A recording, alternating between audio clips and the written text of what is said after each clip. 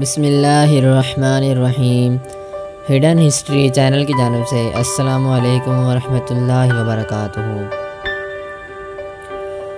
مبلغ دین امیر شریعت مولانا شاہ عبدالعلیم صدیقی مدنی کے گھر پیدا ہونے والے بچے شاہ احمد نورانی کے بارے میں کسے معلوم تھا کہ وہ اپنے وقت کے مجدد، ترجمان، مسلک اہل سنت اور روحانیت کے عظیم پیشوا ثابت ہوں گے؟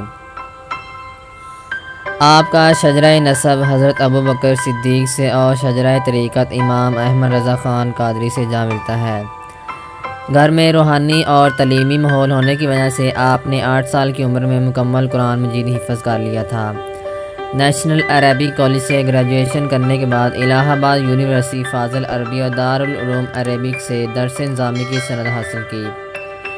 اس کے بعد پوری دنیا میں تبلیغ دین اور قرآن و حدیث تعلیم عام کرنا اپنی زندگی کا مشن بنا لیا۔ عشق رسول صلی اللہ علیہ وآلہ وسلم آپ کی شخصیت کا خاصہ تھا۔ قیام پاکستان کے وقت آپ متحدہ برطانوی ہند میں ایک طالب علم اور تحریک پاکستان کے ایک سرگرم کارکن تھے۔ قیام پاکستان کے کچھ عرصہ بعد پاکستان چلے آئے۔ جب 1948 میں اکابرین نے سواد اعظم کی سیاسی تحریک کو جاری رکھنے کے لیے اپنی ایک جماعت بنانے کا فیصلہ کیا، چونکہ ہندوستان میں سواد اعظم کی جماعت جمعیت علماء ہند کام کر رہی تھی، اس لیے علماء مشائخ کا اہم اجلاس ہوا اور اس میں علامہ احمد سعید کاظمی کی تجویز پر جمعیت علماء پاکستان کے نام سے جماعت بنائی۔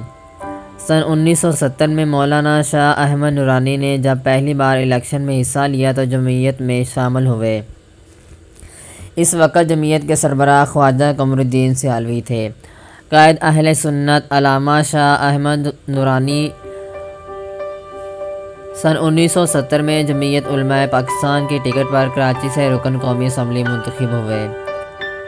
ذوالفقار علی بھٹو کے مد مقابل انہوں نے وزیر اعظم کا الیکشن لڑا اور کم تعداد میں اپوزیشن ارکان ہونے کے باوجود بحیثیت اپوزیشن لیڈر قومی اسمبلی میں مرکزی کردار ادا کیا۔ سن 1972 میں مولانا نورانی جمعیت علماء پاکستان کے سربراہ بنے اور تادم مرگ وہ سربراہ رہے۔ آپ 2 مرتبہ رکن اسمبلی اور 2 مرتبہ سینیٹر منتخب ہوئے۔ سن 1970 میں تحریک نظام مصطفیٰ کی قیادت کی اور اس پلیٹ فارم پر فعال ہونے کی وجہ سے قید و بند کی صحبتیں برداشت کی۔ مولانا نورانی نے دنیا بھر میں اسلام کا آفاقی پیغام عائد کرنے کے لیے سن 1972 میں ورلڈ اسلامک مشن کی بنیاد رکھی۔ ورلڈ اسلامک مشن کے زیر اہتمام مختلف ممالک میں اسلامک سینٹر، مسجد و مدرسہ بنا کر اس کے دفاتر بنا کر اسے فعال کیا۔ درجنوں ممالک میں چلنے والے اسلامک سینٹر آج بھی مولانا نورانی کی قرآن و سنت سے بے پناہ عشق کے دلیل ہیں۔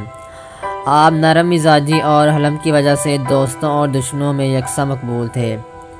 آباء و اجداد سے محبت رسول کی دعوت دینا آپ کا مشن تھا۔ ختم نبوت کی تحریک میں مولانا شاہ احمد نورانی نے 30 جون سن 1974 میں قومی اسمبلی میں بل پیش کیا اور 7 ستمبر سن 1974 کو دوسری ترمیم کے تحت قادیانیوں کو آئین پاکستان میں غیر مسلم قرار دے دیا۔ عقیدہ ختم نبوت کے تحفظ اور فتنہ قادیانیت کی سرکوبی کے سلسلہ میں حضرت مولانا امام نورانی کی خدمات آب زر سے لکھنے کے قابل ہیں۔ انہوں نے بے شمار قادیانی مبلغین سے مناظرے کیے اور بیرون ممالک میں قادیانیوں کی اسلام دشمن سرگرمیوں کا مسلسل تعاقب کیا۔ دین متین کی صحیح معنوں میں تبلیغ اور عشق رسول صلی اللہ علیہ وآلہ وسلم کی دعوت عام کرنے کے لیے آپ نے ایک عالمگیر تحریک کی بنیاد رکھی۔ سن 1981 میں کراچی میں مولانا شاہ احمد نورانی کی رہائش گاہ پر ایک یادگار اجلاس ہوا۔ علامہ احمد سعید کاظمی، مفتی وقار الدین اور مولانا محمد الیاس قادری نے آپ کی قیادت میں دعوت اسلامی تشکیل دی اور آپ نے ہمیشہ کارکنان کی دعوت اسلامی کے ہر محاذ پر بھرپور سرپرستی کی۔ ملک میں مسلمان ایک دوسرے کو کافر کافر کے نعرے لگا کر یاد کرتے تھے۔ اس غلط رویے کو دیکھتے ہوئے مولانا شاہ احمد نورانی صدیقی رحمۃ اللہ علیہ متحرک ہوئے اور اتحاد بین المسلمین کے لیے انہوں نے سن 1995 میں ملی اتحادی کونسل بنائی، جس میں تمام مسالک کے علماء کو ایک پلیٹ فارم پر جمع کر کے کشیدگی کام کرنے میں آپ معاون ثابت ہوئے۔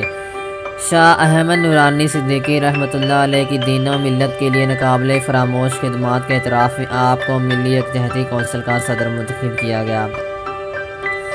مشرف آمریت کے دور حکومت میں 2002 میں دینی جماعتوں کو متحدہ مجلس عمل کے پلیٹ فارم پر جمع کرنے میں اہم کردار ادا کیا۔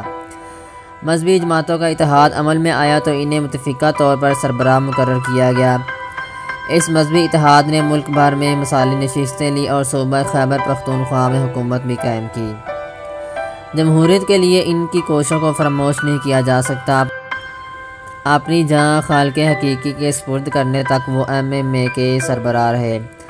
حضرت مولانا شاہ احمد نورانی رحمہ اللہ ایک عالم با عمل مجاہد، تحریک ختم نبوت اور پاکستان کے اہم ترین سیاستدان تھے۔